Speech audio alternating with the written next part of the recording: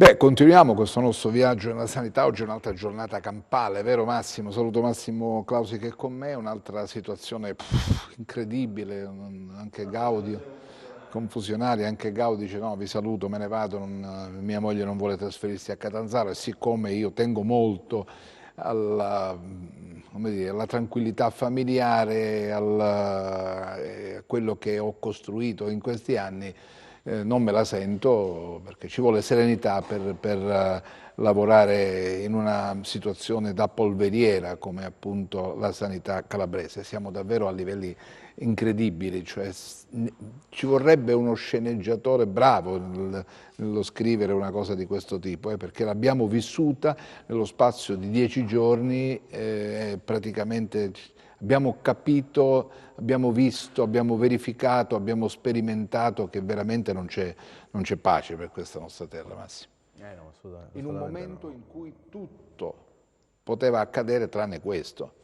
No, perché siamo in un momento in cui ovviamente l'emergenza penso che ha raggiunto, diciamo, il suo punto di massima, almeno a giudicare da questi contagi che non riescono a scendere. Quindi sicuramente avremmo bisogno il prima possibile di una guida di questo settore già disastrato di per sé come quello sanitario. Invece, come dicevi tu prima, stiamo assistendo da 10 giorni a questa commedia degli equivoci fra Strada, Cotticelli, Zuccatelli, Gaudio, insomma, non si capisce bene che cosa succederà. Il dato di fatto oggettivo è che sono oltre 10 giorni che la sanità in Calabria non è governata, e in una situazione del genere con la pandemia che avanza non è possibile. Adesso, vabbè, sono arrivati gli ospedali da campo, non credo che siano la soluzione definitiva al problema, anzi sotto certi aspetti rischiano di aggravarlo, perché ovviamente il punto rimane sempre lo stesso a mio giudizio, cioè quello di portare la medicina sul territorio, mentre invece ovviamente gli ospedali da campo finiranno per accentrarla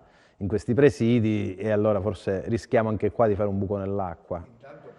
Intanto però abbiamo problemi di diversa natura, nel senso che bisogna essere pronti a fronteggiare queste emergenze, i medici sono sul campo. Dovremmo essere collegati con Oreste Gallo, che è il medico del 118, lavora a Lungro.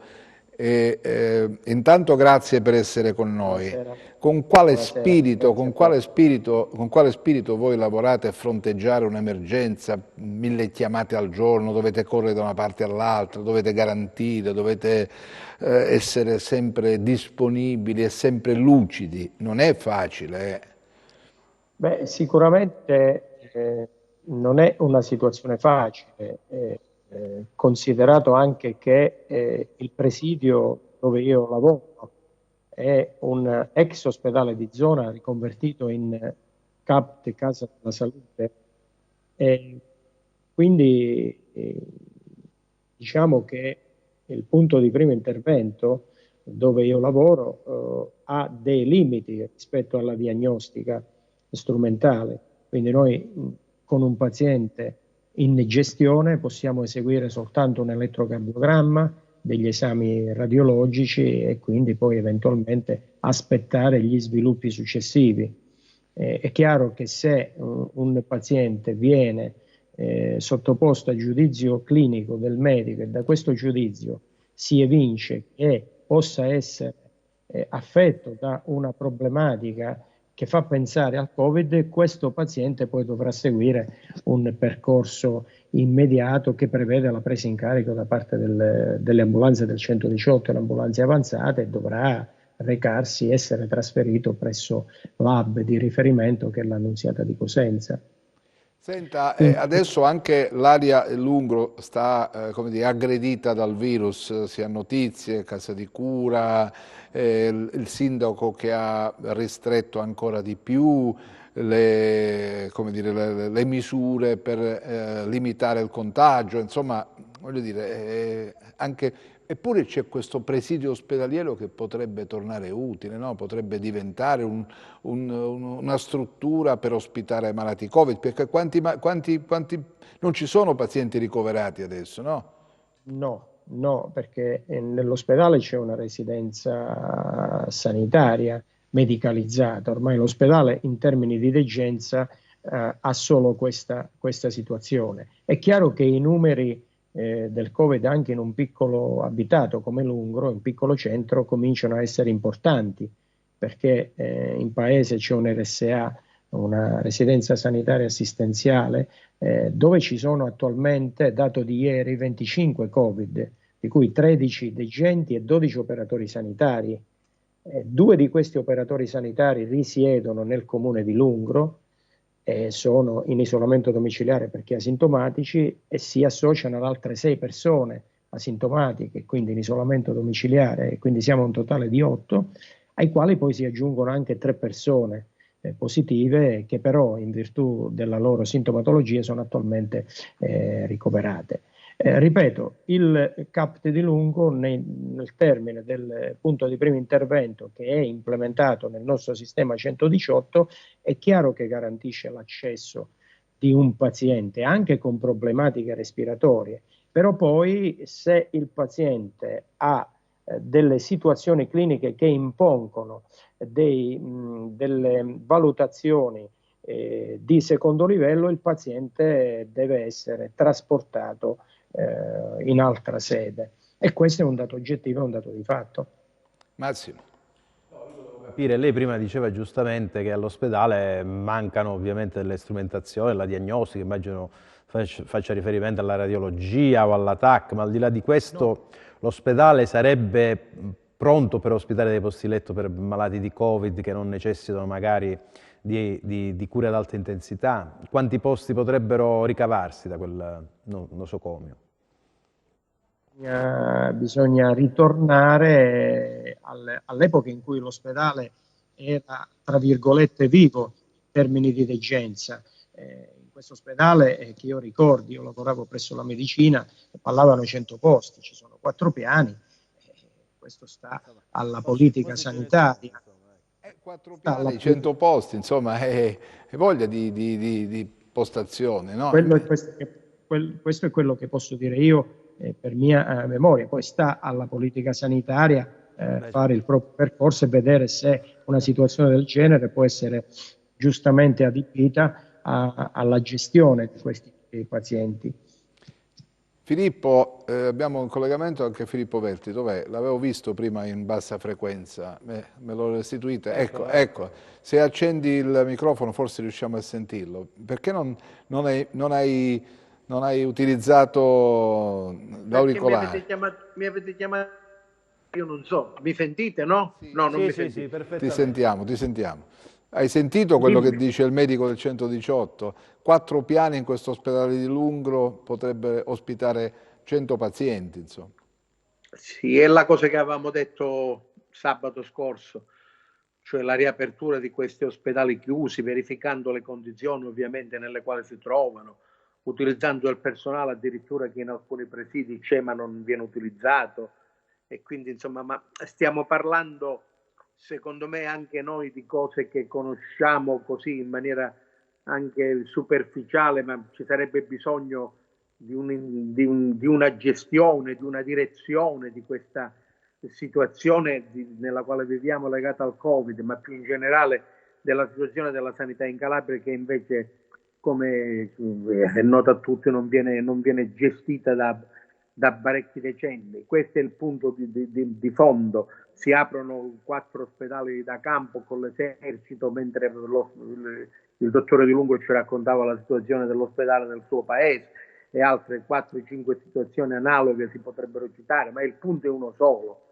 Qua siamo in una situazione in cui dopo le dimissioni ormai accertate anche di Gaudio, che le ha confermate se mai ce ne fosse bisogno, siamo in una situazione kafkiana, in una situazione in cui non è ben chiaro, o meglio è ben chiaro che il governo porta delle responsabilità enormi per quello che sta accadendo nel passato, ma per quello che sta accadendo in questi mesi, in queste settimane e in questi giorni in Calabria. Io credo che ci sia bisogno urgente di un intervento decisivo da parte del governo, del Presidente del Consiglio Conte, del Ministro della Salute Speranza e del Ministro delle Regioni Boccia, che pare che nelle prossime ore dovrebbe addirittura venire in Calabria per verificare la situazione. La situazione legata al coronavirus è del tutto chiara, in quanto siamo regione rossa ormai da 10 giorni.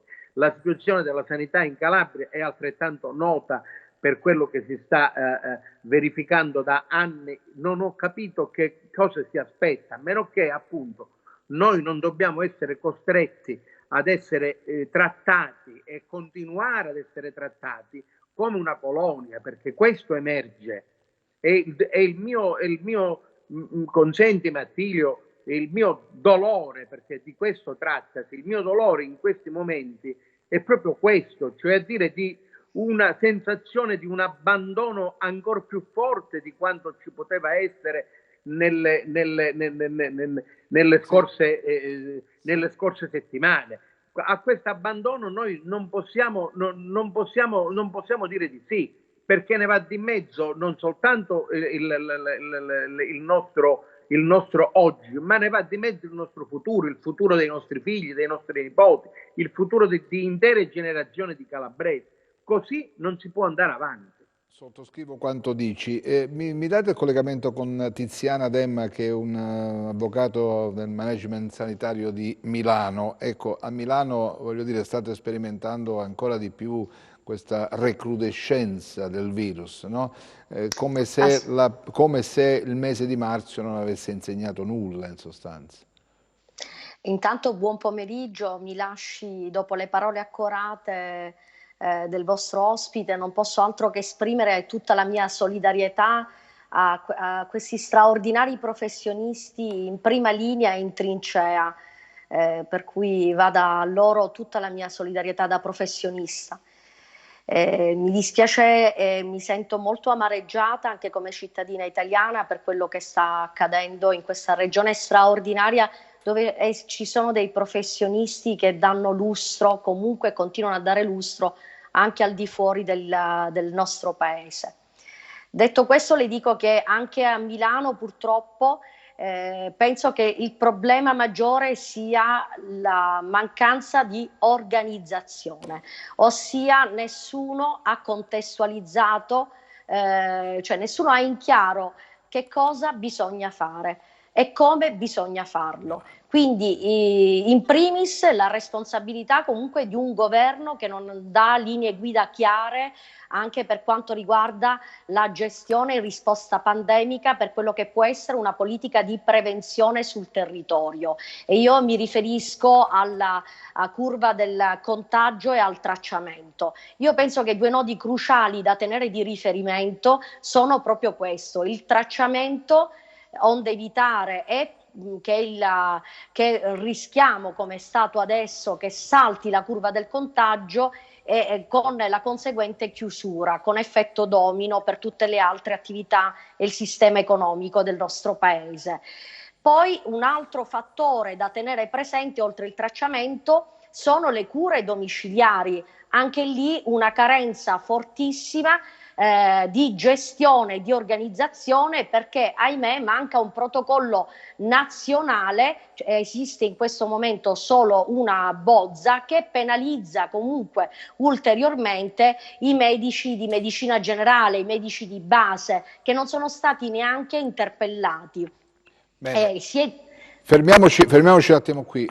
Massimo Clausi, se a Milano sono messi così, allora noi che dobbiamo... Figuriamoci noi che già partivamo con ritardi, diciamo, atavici, però chiaramente le parole, insomma, del nostro avvocato ci preoccupano non poco, perché capisco che la gestione della pandemia non è di facile soluzione, per carità, però se il piglio del governo è quello che sta dimostrando in queste ore nella nomina del commissario alla sanità, allora c'è da essere davvero preoccupati. Insomma, mi unisco alle parole ovviamente del collega Filippo Veltri, cioè è paradossale che dopo 12 giorni ancora non riusciamo a nominare un commissario, per cui siamo nella situazione che la sanità non è gestita. Politicamente abbiamo un governo in scadenza e non legittimato dal voto popolare, quindi siamo in una situazione di caos assoluto. Rispetto poi ad alcune questioni che sollevava l'avvocato, purtroppo sono questioni verissime, nel senso che noi come assistenza domiciliare siamo a zero, sappiamo tutti le famose USCA, queste unità non sono mai state costituite, per cui è chiaro che si riversa tutto sugli ospedali. Il pericolo che stiamo correndo in queste ore è che nessuno si può curare, cioè chi non ha il Covid ma ha altre patologie certamente è demotivato ad andare all'Annunziata o piuttosto che al Pugliese Ciaccio, perché stiamo trasformando gli ospedali hub della nostra regione in veri e propri centri Covid. E allora c'è qualcosa che non va e c'è qualcosa a cui bisogna porre immediatamente, a mio giudizio, rimedio, altrimenti non ne usciamo davvero. Voglio sentire da Oresto e Gallo invece come vi siete organizzati, cioè al momento in cui ricevete la telefonata attraverso la quale è richiesto un vostro intervento, come siete organizzati? Cosa accade? Beh, io intanto lavoro, l'ho detto prima, al punto di primo intervento, quindi ho accessi diretti delle persone e quindi che si presentano là in zona. Come detto prima, il punto di primo intervento è implementato nel sistema di 118 e essendo un CAPT non abbiamo riferito ovviamente all'emergenza Covid l'area triage così propriamente detta. Per intenderci, la tenda che avrete potuto vedere presso un ospedale SPOC o un hub. Allora abbiamo creato un piccolo spazio tra il portellone di accesso alla struttura e la vetrata che poi favorisce l'ingresso nel punto di primo intervento, laddove entra il paziente, ovviamente munito di idoneo dispositivo di sicurezza, e qui viene preso in carico dall'infermiere nostro triagista che gli misura la temperatura e assume delle notizie non solo anagrafiche ma anche anamnestiche che potrebbero servire poi a un inquadramento rispetto a una patologia Covid, che so, se ha una difficoltà a respirare, se ha tosse, se ha per esempio avuto contatto con familiari o amici provenienti da aree ad alta diffusione e quant'altro. Questo paziente poi entra nel punto di primo intervento, viene caricato informaticamente nel sistema e viene poi visitato dal medico che ne stabilisce il percorso assistenziale. E nel discorso del percorso assistenziale, come dicevo prima, se parliamo di diagnostica strumentale, qua si può eseguire soltanto un elettrocardiogramma, che poi a discrezione del medico può essere teletrasmesso e refertato poi dalla cardiologia di Castrovillari, e delle indagini radiologiche, per intenderci delle radiografie. Se parliamo invece di diagnostica laboratoristica, esami ematochimici in urgenza non ne possiamo più garantire perché il laboratorio è chiuso ormai da tempo, e c'è la possibilità di effettuare nel percorso diagnostico anche delle consulenze, per esempio di tipo, che so, ortopedico, pneumologico, ma questo impone automaticamente un ritardo perché il paziente deve andare a fare queste consulenze fuori dalla struttura, ritornare poi anche a distanza di ore, così che noi si può chiudere di medici, quanto personale c'è attualmente nell'ospedale di Lungro? Di primo intervento abbiamo 3 medici, 3 infermieri, tutte di area 118, e poi c'è il sistema in esterno, l'ambulanza di soccorso avanzato, dove ci sono gli altri colleghi e quelli intervengono a domicilio tramite chiamata ovviamente filtrata dalla centrale operativa. Volevo un attimo ritornare su quel discorso di prima dell'eventuale disposizione di posti, di reparti ormai vuoti da adibire. È chiaro che non basta parlare di posti eventualmente disponibili, poi là c'è un discorso di tipo strutturale che va eseguito anche nel breve tempo, che riguarda gli standard di biosicurezza, per esempio, e poi bisogna tener conto che attualmente si è in un vuoto di assunzioni, perché potrebbe anche essere creata una struttura che ospita questi pazienti, però poi trovarsi di fronte a una situazione di carenza sia di personale medico e infermieristico. Quindi non basta creare la struttura, ma poi bisogna trovare chi ci lavora e chi gestisce poi questi pazienti. E purtroppo attualmente facciamo i conti con un vuoto di assunzione che è terribile. Tiziana Demma, quindi naturalmente il problema è sempre quello, manca il personale. Ma infatti la carenza di personale che è stato bloccato in ingresso, anche me lo faccia dire, da una gestione per quanto riguarda la riforma universitaria che ha creato questo buco enorme a lungo termine. Anche da noi infatti, nonostante lo straordinario impegno di questi professionisti sul campo che si improvvisano anche utilizzando la telemedicina e il teleconsulto pur di garantire anche la continuità assistenziale anche ai pazienti non Covid, però rimane il fatto che per quanto si possano garantire, come diceva giustamente il collega, i posti letto non bastano, cioè, per quanto possono essere più che sufficienti, non essendoci personale che ricopre queste strutture, diventa un grossissimo problema l'assistenza.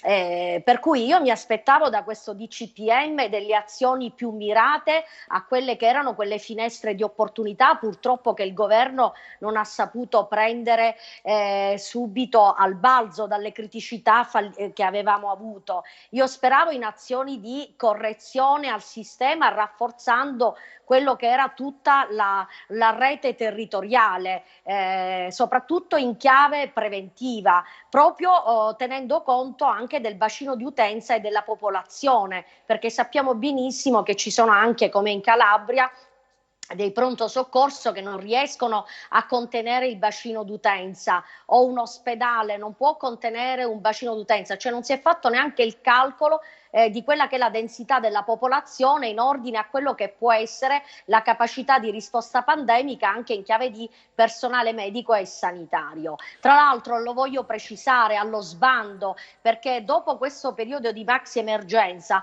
forse nessuno ricorda che a tutto il personale sanitario e medico piovono denunce su denunce, perché poi oltre il danno c'è anche la beffa, quello di trovarsi esposti di fronte a una situazione di responsabilità sanitaria che non è da poco. Bene, allora, avvocato Siciliano, noi adesso la salutiamo, ma torneremo nei prossimi giorni a parlare con lei proprio su questo capitolo, quello cioè delle denunce. Intanto la ringraziamo per essere stata con noi. Ci sentiamo prestissimo. Grazie a voi. Filippo.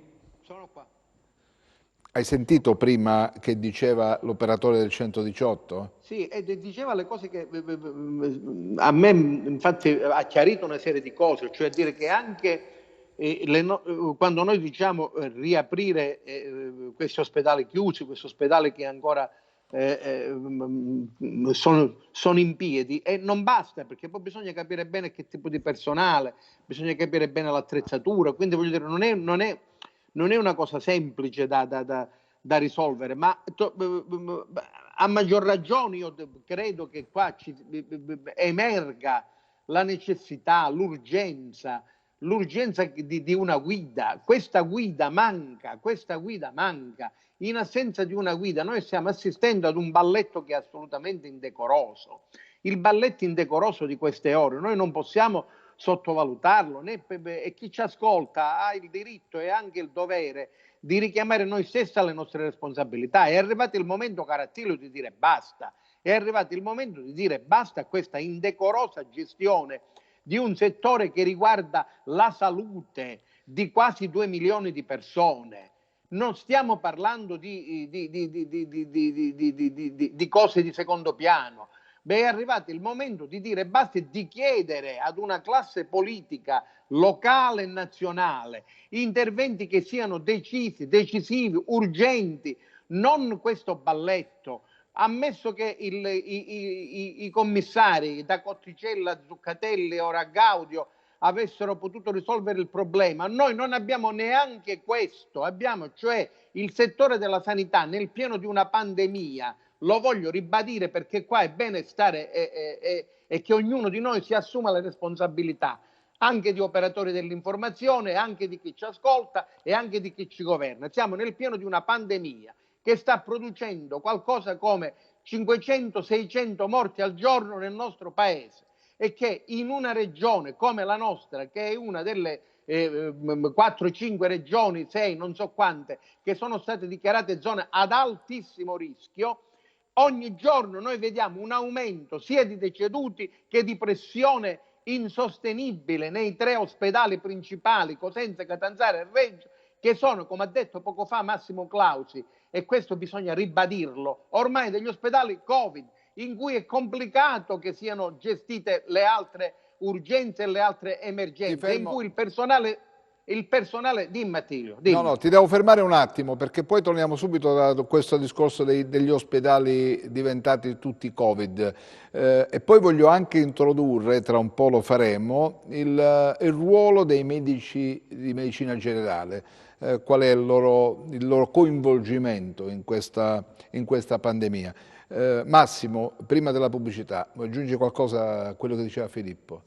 C'è poco da aggiungere, insomma, ma al di là delle responsabilità di ognuno, ci sono delle responsabilità grosse ed evidenti da parte del Ministro Speranza, perché mi sembra evidente il fatto che non riesca più a gestire questa situazione. Ribadisco ancora una volta, l'ennesima, che è inconcepibile non avere una guida al settore sanitario nel bel mezzo di una pandemia. E ritornando invece alle cose che diceva il nostro amico del 118, il dottore del 118, è chiaro che aprire adesso gli ospedali dalla sera alla mattina non è cosa semplicissima, ma questo è proprio il punto che ha scatenato tutto questo pandemonio, cioè il fatto che il vecchio commissario ha redatto un piano Covid sugli ospedali che però è rimasto lettera morta. Nessuno si è preoccupato di renderlo operativo, perché se in quel piano c'era scritto riapriamo l'Ungro, insomma da marzo ad adesso avevamo la possibilità di fare i concorsi per assumere personale, ma bisogna vedere se troviamo medici, ma questo è un altro discorso, di comprare le attrezzature necessarie. Ricordo che lo stesso Ministro Speranza ha detto che in Calabria abbiamo qualcosa come 700 milioni di euro da spendere nella sanità. Cosa si aspetta a farlo non si capisce. Piano, non so se esiste questo no, piano. Sulla carta esiste, cioè, sulla però, carta, ma non è stato attuato, quindi è come se non ci fosse. La pubblicità, torniamo tra poco. Qualcuno che lo attui, insomma. Allora, torniamo in studio. Prima di salutare ad Oreste Gallo, lo voglio un attimo in video e voglio chiedere a questo medico in prima linea, ecco, a marzo eravate gli eroi, oggi?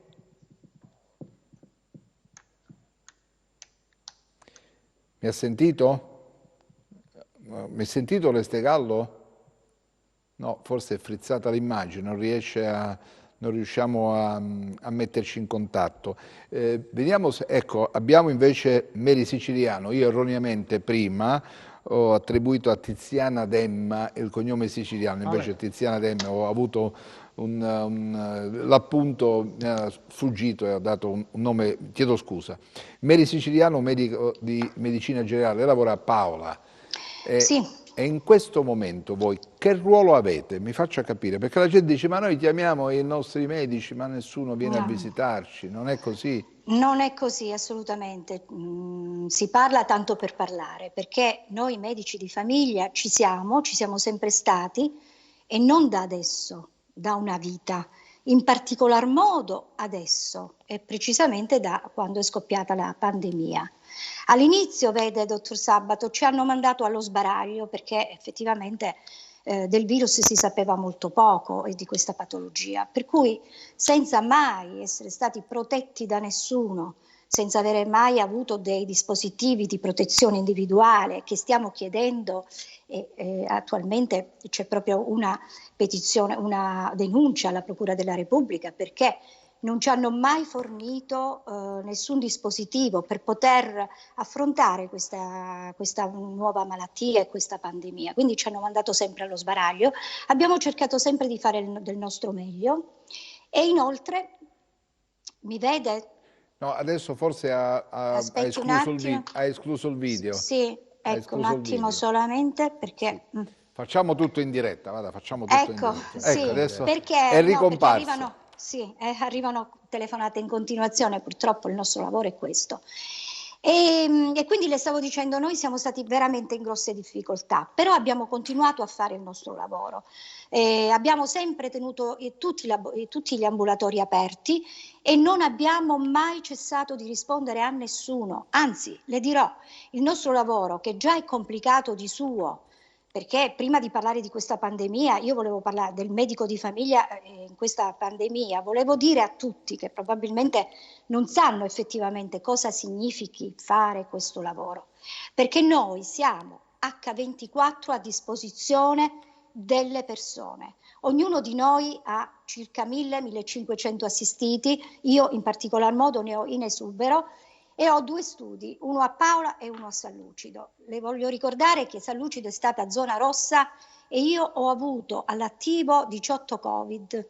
Quindi Ma non lei è stata per me. andava a visitare in casa i contagiati? I primi tempi l'ho fatto, poi quando ha cominciato la situazione a degenerare, le dico la verità, io ho preso le direttive del mio sindacato e di conseguenza noi dovevamo fare un triage telefonico costante, per cui noi non abbiamo mai fermato la nostra attività di notte, di giorno, sabato e domenica, cosa che stiamo continuando a fare anche adesso. Io non so come operano gli altri colleghi, ma le posso garantire che la maggior parte dei medici di famiglia, soprattutto sul territorio cosentino, io mi pregio di appartenere alla FIMG, opera H24, compreso sabato e domenica. Tante volte dobbiamo ottemperare a tutto ciò che invece doveva fare un'altra organizzazione territoriale. L'USCA, si riferisce e le all'USCA? famose all'USCA, sì. L'USCA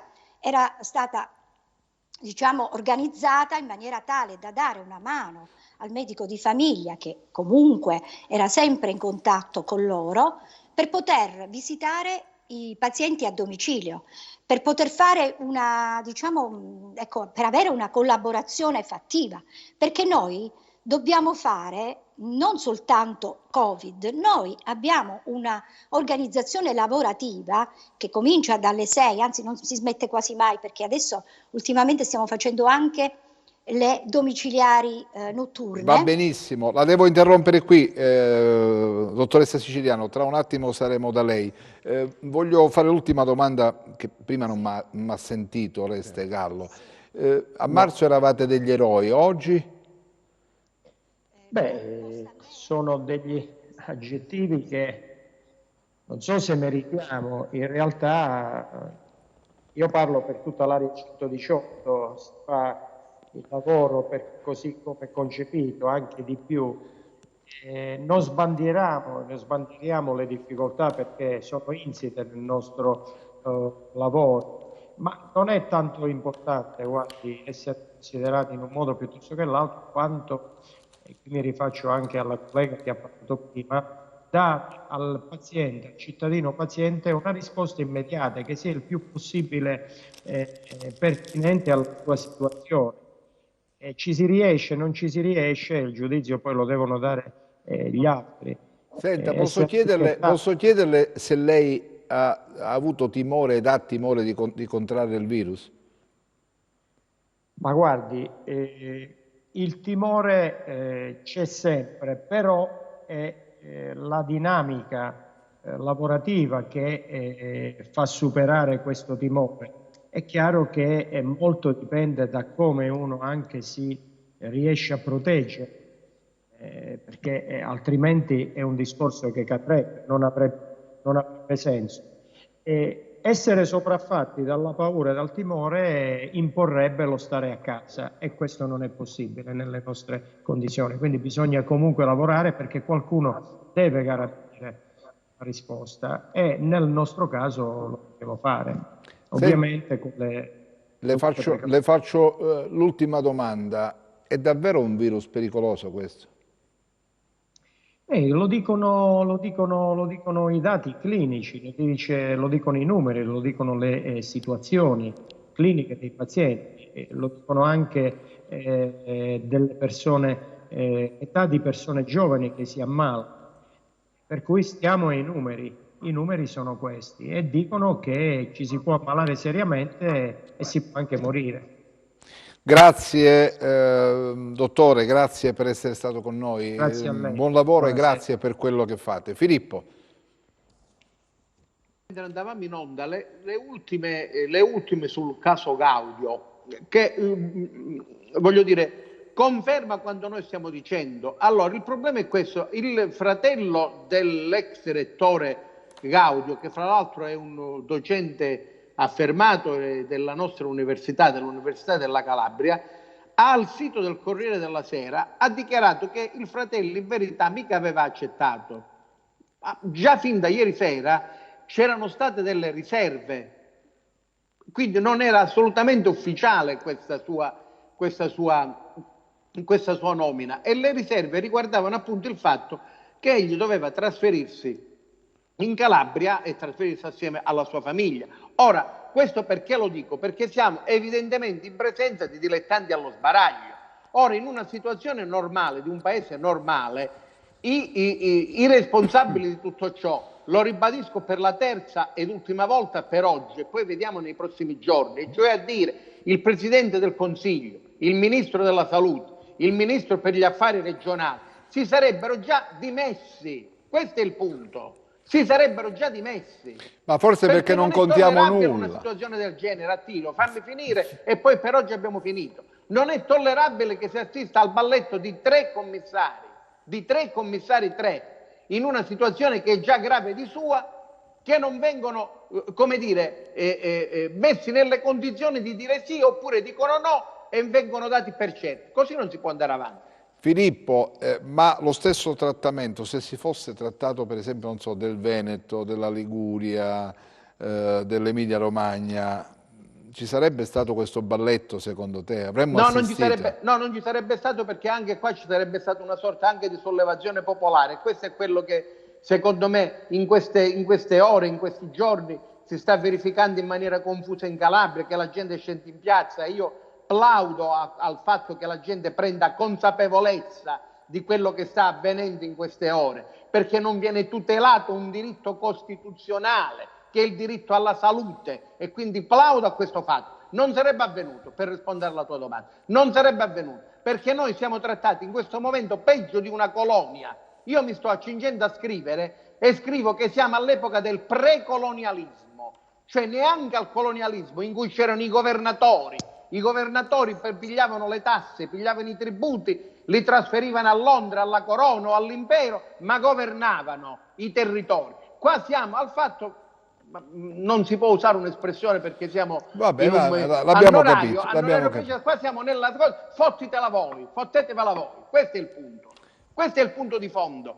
Ora io dico che non è più possibile andare avanti. La classe politica locale, la classe politica istituzionale, ma consentimi di dire anche la classe politica sociale, farebbe bene, oltre che andare a fare le denunce alle procure della Repubblica, che animasse gli animi dei calabresi. Questo è quello che ci vuole. Questo è quello che ci vuole in questo momento. Altrimenti noi, da precolonia, arriveremo ai tempi dell'età della pietra, se non ci siamo già. Sì, ma i parlamentari calabresi qui dovrebbero scendere in campo. Massimo. Ovviamente sì. Le parole di Filippo, insomma, questa notizia che ci ha detto sulle dichiarazioni del fratello di Gaudio sono davvero sconcertanti, perché ieri sera abbiamo tutti letto il comunicato stampa della Presidenza del Consiglio dei Ministri che parlava di nomina ufficiale. Quindi qua siamo davvero alla commedia degli equivoci in cui non si capisce più nulla.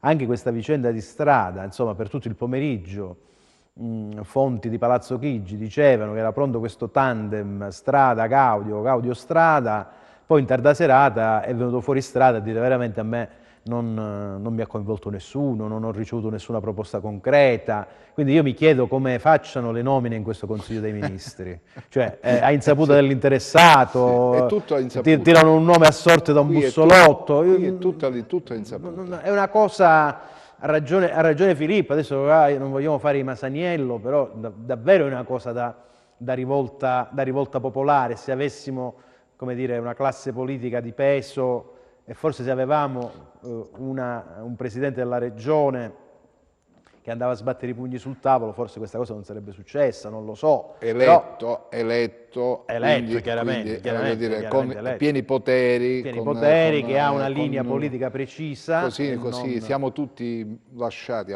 questa regione è un po' abbandonata a se stessa, senza nessuno. La regione naviga a vista. Navighiamo a vista, in un momento peggiore. Ma il governo mi pare che faccia peggio, perché io adesso mi riallaccio alla trasmissione che abbiamo fatto l'altra volta sulle scuole, no? Anche là mancano le linee guida nazionali, per cui ogni sindaco, ogni regione fa decide quello di che testa vuole, sua. fa quello che Allora vuole. qua c'è una vera incapacità di governare i fenomeni, insomma, rispetto alle quali forse una riflessione. Senti, voglio salutare il dottor Pasquale Viola, che è specialista di otorinolaringoiatria del Policlinico di Catanzaro, che è con noi. Senta, dottor Viola, noi facciamo le prove ogni tanto per vedere se abbiamo contratto il virus, vedendo se ancora abbiamo l'olfatto, il gusto, perché quello facciamo bene a fare così, sperimentiamo facciamo questo tampone fai da te, diciamo, no?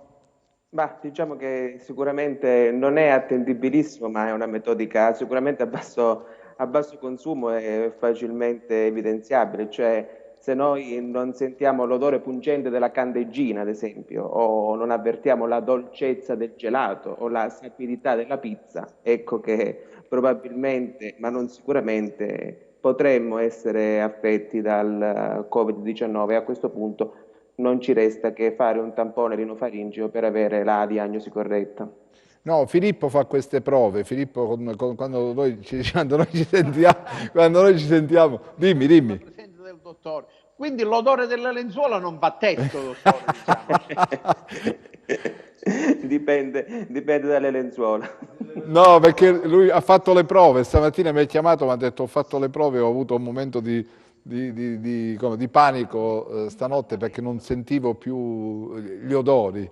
No, quindi si è fatto un tampone fai da te, insomma, stasera. Dobbiamo però dire necessariamente che questo sintomo colpisce circa il 60-65% dei pazienti affetti da Covid-19, quindi non è sensibilissimo, per dirla in termine epidemiologico, però è sicuramente una metodica valida. Fortunatamente questo sintomo nella maggior parte dei casi entro un mese sparisce, quindi ritorna l'olfatto e di conseguenza il gusto. Attenzione però, perché nel 10% dei casi tende a cronicizzare, quindi questi sono pazienti che probabilmente perderanno l'olfatto per sempre.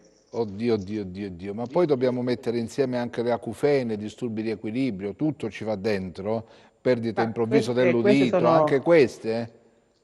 Anche questi, ma mentre l'olfatto sembrerebbe essere un campanello d'allarme iniziale dell'infezione da coronavirus, quindi anche prima dello sviluppo degli altri sintomi, quindi la febbre, quindi la tosse, quindi la febbre alta soprattutto. Invece gli altri sintomi di interesse della mia branca, io lavoro nell'unità operativa di audiologia e foniatria del Policlinico di Catanzaro, sono dei sintomi otoneurologici, quindi gli acufeni, la mancanza di equilibrio, sono dei sintomi che stiamo vedendo adesso in degli studi che abbiamo pubblicato recentemente insieme ad altri colleghi di importanti università italiane e anche americane, dell'Università del Massachusetts. Abbiamo visto che in fase tardiva di infezione, quindi anche quando il paziente si sta per negativizzare, quando il paziente fa la propria quarantena magari a casa perché non ha altri sintomi, possono avvenire questi tipi di disturbi, quindi un acufene, quel fastidioso fischio all'orecchio, quel rozzio che tanto è fastidioso che tutti i pazienti ci vengono a raccontare, ma anche disturbi dell'equilibrio, quindi quel disequilibrio generico fino alla vera e propria vertigine intensa. E ultimamente invece abbiamo visto, ma sono descritti meno di 10 casi attualmente nel mondo, stiamo verificando insieme a dei colleghi invece del Cardarelli di Napoli, lo sviluppo di ipoacusie improvvise, cioè persone che in fase tardiva di malattia hanno un calo dell'udito non spiegabile altrimenti se non con l'infezione da coronavirus. Quindi sì, il coronavirus è un virus che si può manifestare in tanti modi, tanti sono i sintomi che sono stati associati a questa patologia. Stiamo verificando che anche nella nostra branca, quindi in audiologia e foniatria, ci sono dei sintomi dovuti al coronavirus. Tra questi, ripetiamo, l'anosmia, che è la perdita dell'olfatto, ma anche l'iposmia, quindi non per forza la perdita, anche il calo dell'olfatto.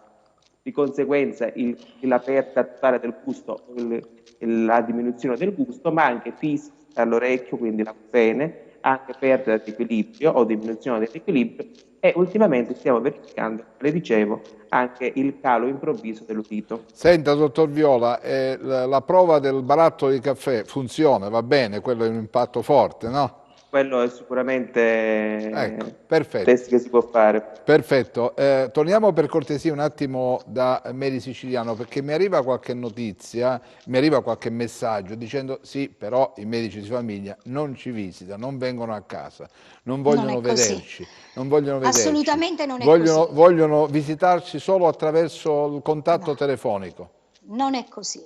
Intanto noi non siamo medici Covid, questo io ci tengo a puntualizzarlo, perché per il Covid dovevano essere attivate le USCA. Nonostante tutto questo disservizio, noi continuiamo a fare il nostro dovere, perché, dottor Sabato, il nostro ambulatorio è aperto.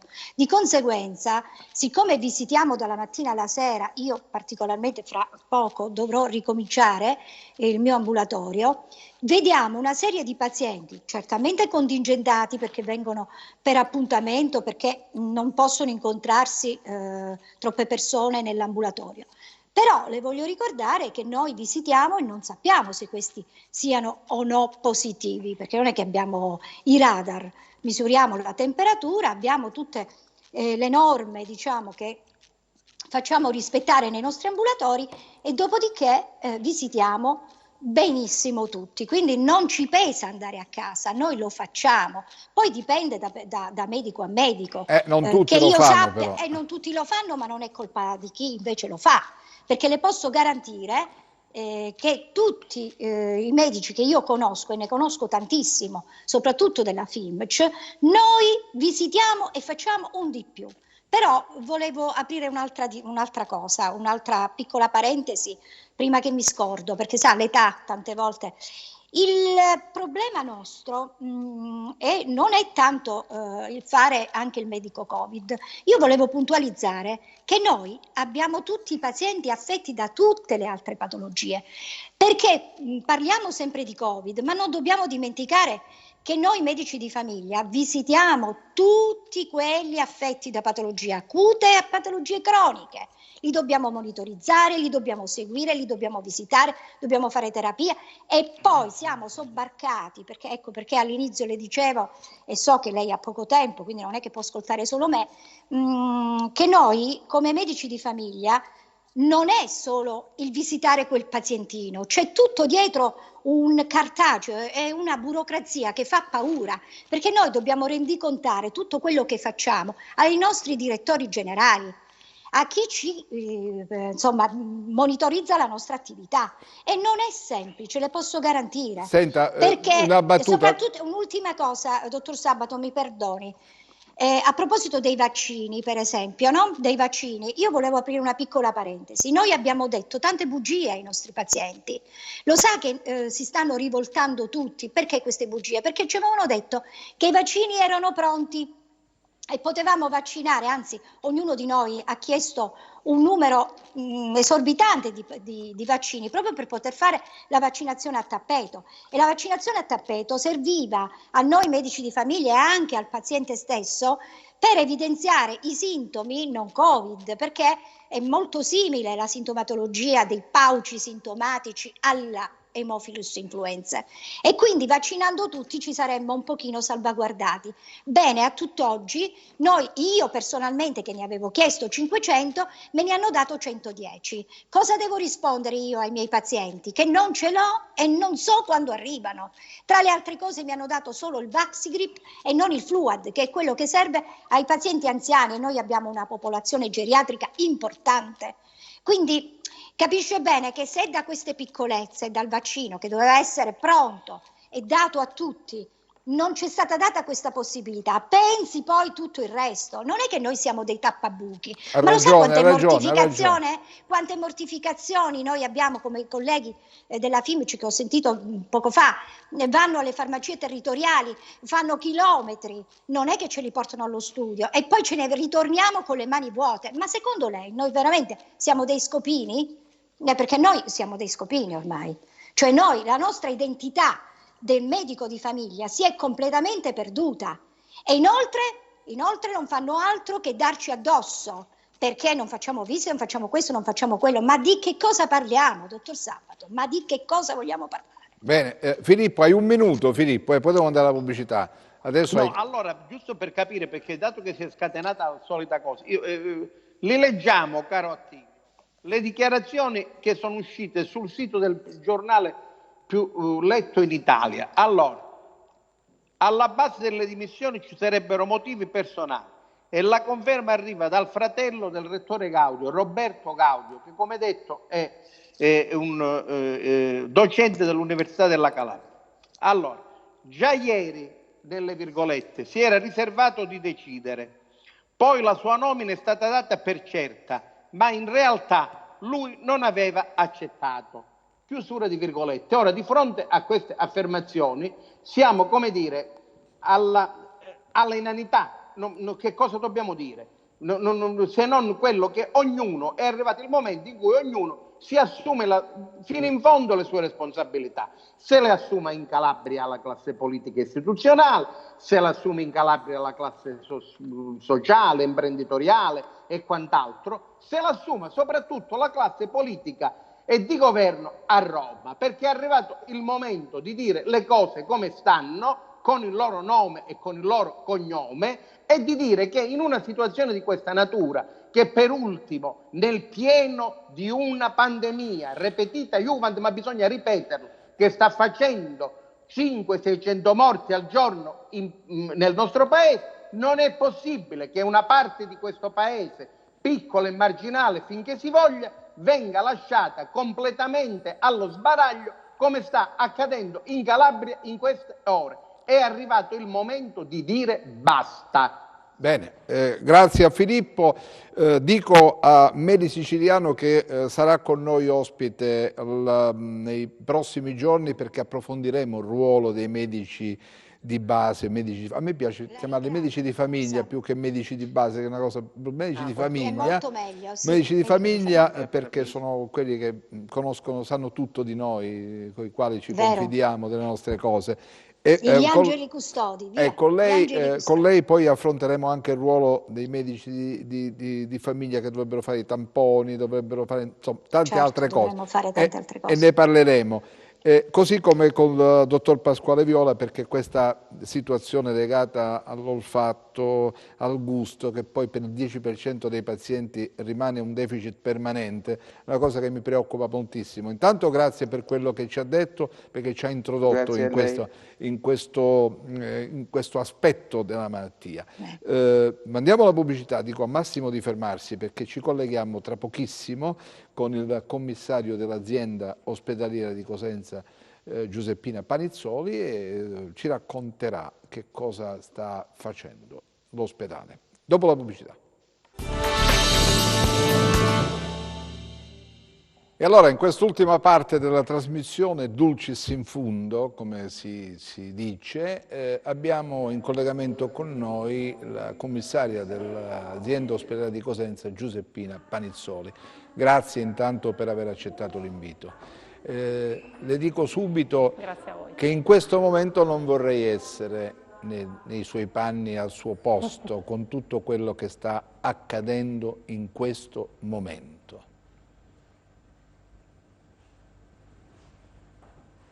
Mi sente? Sì, la sento. Ecco, dico, non vorrei essere al suo posto, perché ci sono forti spinte che arrivano da ogni parte e che tendono, come dire, a restituire l'immagine di un ospedale che è impreparato, ingessato, che non ha fatto bene i compiti a casa per fronteggiare l'emergenza. Lei invece, che lo vive dal di dentro, cosa dice? Senz'altro è una situazione complessa in questo ospedale, in questa azienda, ma non di meno e non di più rispetto a quello che è la situazione di altre aziende, delle altre aziende di tutto il resto d'Italia.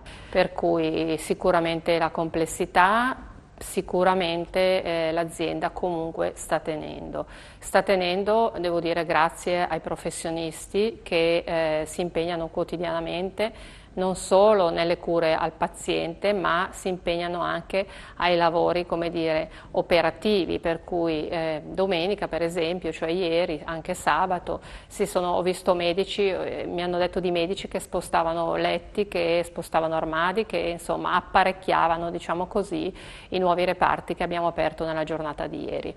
Per cui la preoccupazione c'è, la complessità, lo ribadisco, c'è, io però non vedo complessità o preoccupazione più di quella che avrei se fossi seduta sulla sedia di un'altra azienda ospedaliera.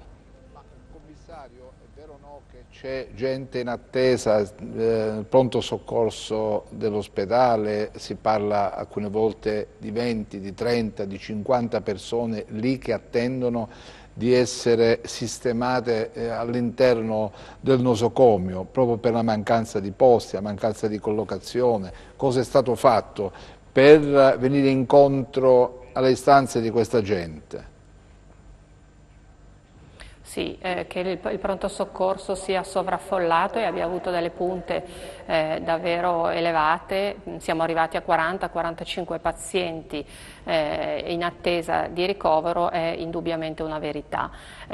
Si è trattato tuttavia di un momento che era di attesa rispetto alla soluzione, nel senso che la soluzione è stata in parte l'apertura di, anche se pochi, però di qualche posto letto presso gli ospedali SPOC, mi riferisco in particolare a Cetraro, presso il quale ieri abbiamo trasferito alcuni pazienti che erano in attesa, e ai nuovi 30 posti letto che abbiamo aperto nella giornata di ieri in azienda.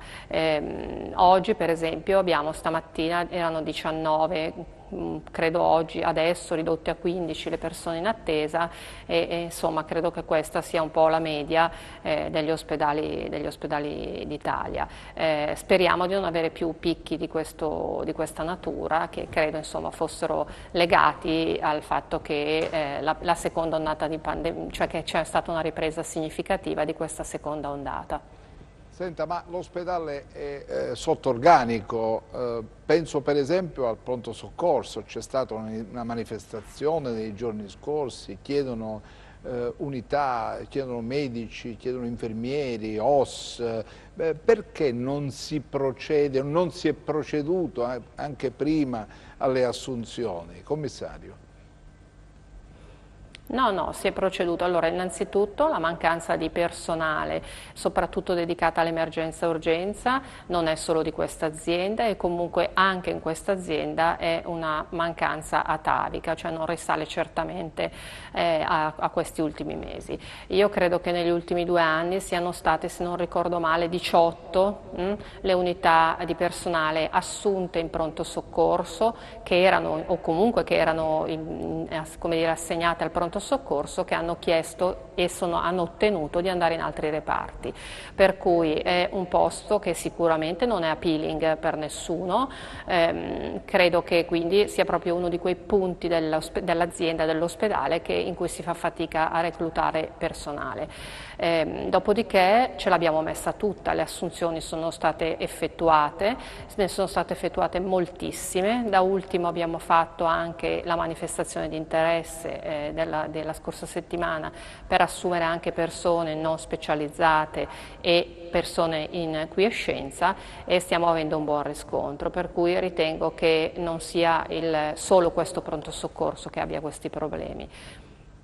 Senta, si dice che per esempio l'azienda ospedaliera di Cosenza non ha utilizzato tutti i fondi messi a disposizione per gestire questa emergenza.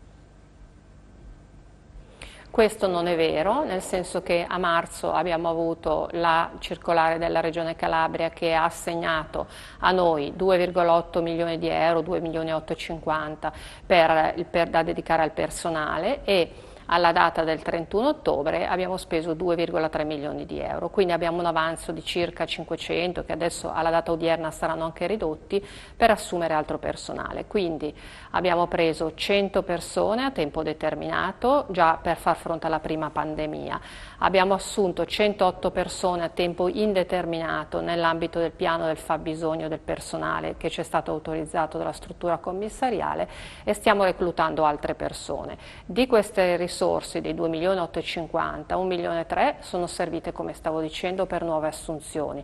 La rimanente somma è stata 1 milione circa, è stato utilizzato per prestazioni aggiuntive e reperibilità di personale già dipendente dall'azienda ospedaliera, a cui è stato chiesto il sacrificio ulteriore, l'impegno ulteriore di prestare servizio nei reparti Covid. Quindi ritengo che abbiamo speso abbondantemente e che da qui a fine anno spenderemo tutte le risorse. Quindi lei ha chiesto ai medici in servizio al nosocomio cosentino di prestare la loro disponibilità, no? Di manifestare la loro disponibilità eventualmente ad andare a lavorare lì dove ci sono i reparti Covid che avete individuato all'interno della struttura.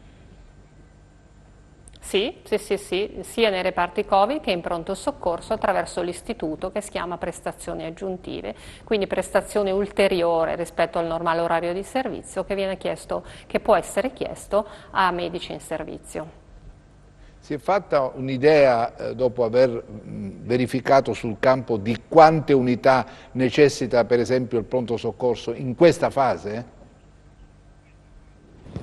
Allora, io credo che almeno di ulteriori 10, come dire, in organico, ulteriori 10 unità ne avrebbe assolutamente bisogno, anche perché, al di là poi del Covid, anche perché questo è un ospedale, un hub, un DEA di secondo livello, quindi un ospedale che rispetto agli altri della provincia offre e deve offrire le alte specialità. Per cui sono tante le esigenze di personale numeriche anche negli altri reparti, ma ripeto, sono esigenze ataviche a cui nell'ambito del budget del personale ordinario e nell'ambito dei fondi Covid stiamo facendo fronte, però indubbiamente non siamo ancora a regime, cioè mancano ancora unità. Su questo fronte c'è la possibilità nei prossimi giorni di implementare le presenze di sanitari in questo punto nevralgico dell'ospedale o no? Che dice? Guardi, io ho visto innanzitutto, credo stanotte sia stata emanata una nuova ordinanza del Presidente della Regione che stanzia ulteriori risorse per assunzioni di ulteriori personali, e questa già è una buona notizia per tutte le aziende ospedaliere ovviamente. Risorse per ulteriori prestazioni aggiuntive ci sono, anche se ritengo che il personale sia già allo stremo, e completeremo anche le assunzioni previste a tempo indeterminato dal piano del fabbisogno del personale. Confido molto in questa manifestazione di interesse che abbiamo fatto, libera insomma da un pochino così, molto velocemente, libera da formalismi, da graduatorie, da procedure a cui siamo abituati, insomma, che portano delle graduatorie in senso stretto, tant'è che nella prima giornata in cui abbiamo pubblicato la manifestazione abbiamo avuto già 30 risposte, che però non significa che 30 risposte, quindi 30 persone, medici, professionisti che hanno manifestato l'interesse di venire a lavorare con noi in questo periodo poi si concretizzino, perché nella prima giornata abbiamo contrattualizzato, quindi questi 6 professionisti hanno sottoscritto un contratto, però il giorno dopo non si sono presentati, solo uno di questi 6 professionisti ha preso effettivamente servizio, quindi stiamo reclutando altri, insomma una sfida che credo che anche i medici non affrontino insomma a cuor leggero, ecco. Quindi perché non si sono presentati? Perché hanno timore di contrarre il virus?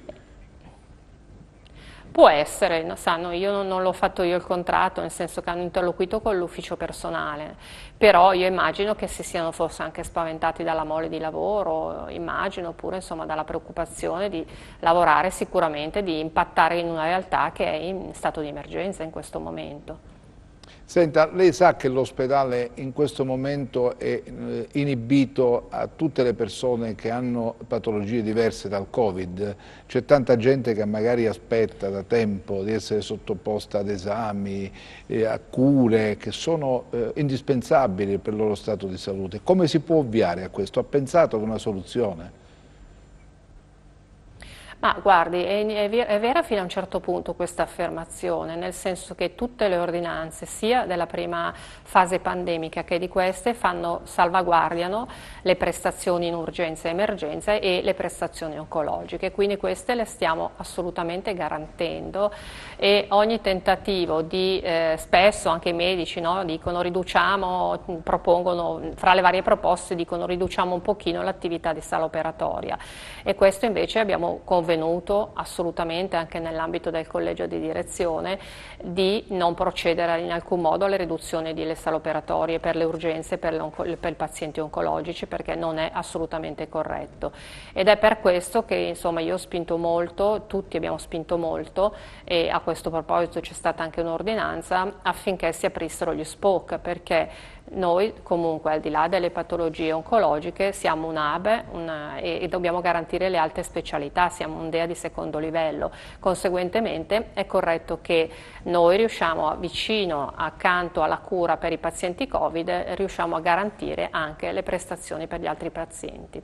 Senta, è sicuro l'ospedale, se lei dovesse rivolgersi al nosocomio Bruzio in questo momento, lo farebbe con un pizzico di ansia oppure in assoluta tranquillità?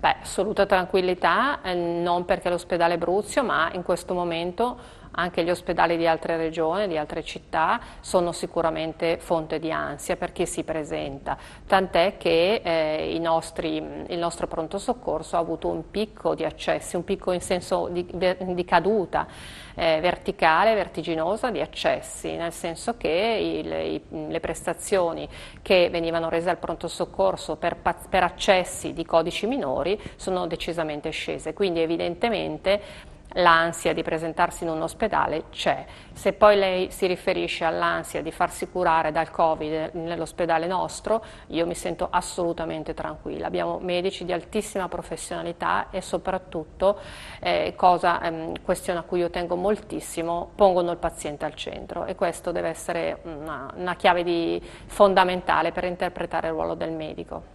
L'ospedale di Rogliano può essere un valido supporto? Come no? Lo è stato nella prima fase e lo è anche adesso, tant'è che stiamo cercando di lavorare con l'ASP per aprire anche, se fosse possibile, stiamo verificando che ci siano tutte le condizioni di agibilità, anche il piano che adesso è chiuso, in cui credo siano ormai terminati i lavori per la realizzazione di un hospice, e che magari in questo momento potrebbe temporaneamente essere dedicato al Covid. Ha avuto modo di vedere il piano anti-Covid redatto dalla Calabria?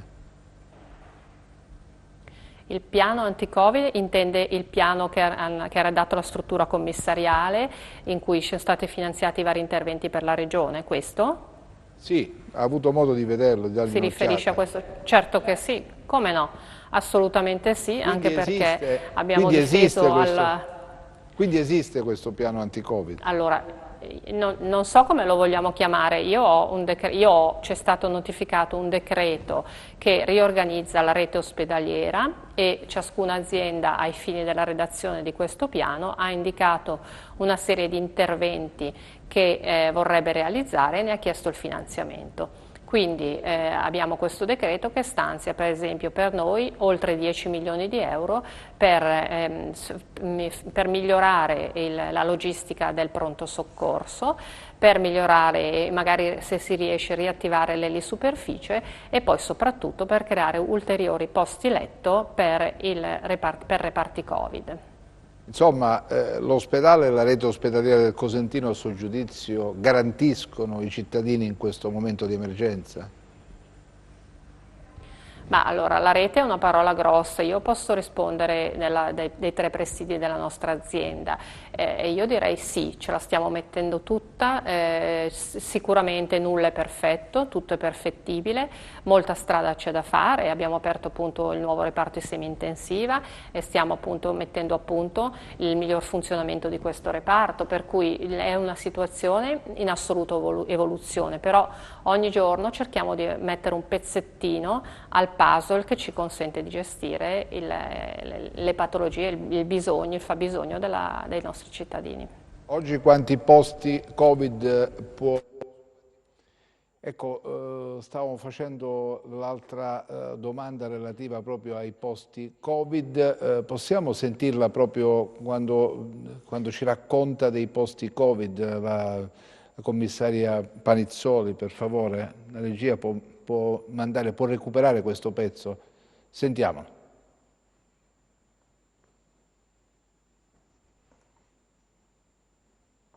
da 19 posti letto a 30 posti letto, 27 estensibili a 30, e oggi ne abbiamo occupati per Covid 14. E poi non dobbiamo dimenticare che nella terapia intensiva anche oggi ci sono altri pazienti che non sono Covid.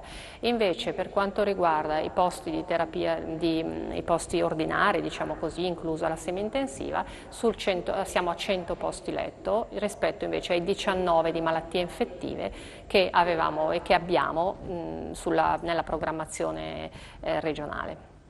Quindi ha ampliato la possibilità ricavando posti letto in altri reparti, Sì. perché solo così si può fare. Insomma. Sì. Certo, solo così si può fare in questo momento, in attesa appunto dei finanziamenti, di poter realizzare quanto previsto in questo piano di riorganizzazione della rete ospedaliera, però devo anche dire che lo sforzo è stato organizzativo, perché non abbiamo tolto niente a nessuno. Vi faccio un esempio, la dialisi per esempio, abbiamo utilizzato, lei sa che abbiamo in ospedale 2 reparti di fatto di dialisi, uno di questi reparti è stato, come dire, l'abbiamo dovuto svuotare, e per non far perdere alcuna prestazione di dialisi ai pazienti nefrologici abbiamo istituito un terzo turno notturno, per cui funziona un solo reparto anziché 2, però abbiamo implementato un terzo ciclo, è vero notturno, quindi sicuramente anche i cittadini potranno avere un pochino di disagio, però nessuna prestazione è stata ridotta, di quelle chiaramente, come dicevo, dialisi, urgenza e oncologia. Bene, grazie allora alla commissaria Giuseppina Panizzoli. Certo, se avessimo messo in campo prima tutto ciò che andava fatto, garantendo ai cittadini, forse avremmo affrontato meglio questa seconda fase dell'epidemia, anche le assunzioni fatte prima, e poi dipende anche che tipo di contratto viene offerto ai professionisti, se è un contratto capestro o se è limitato nel tempo, e se non prevede una serie di clausole quando si va a sottoscrivere un contratto. Bisogna tener conto anche di questo.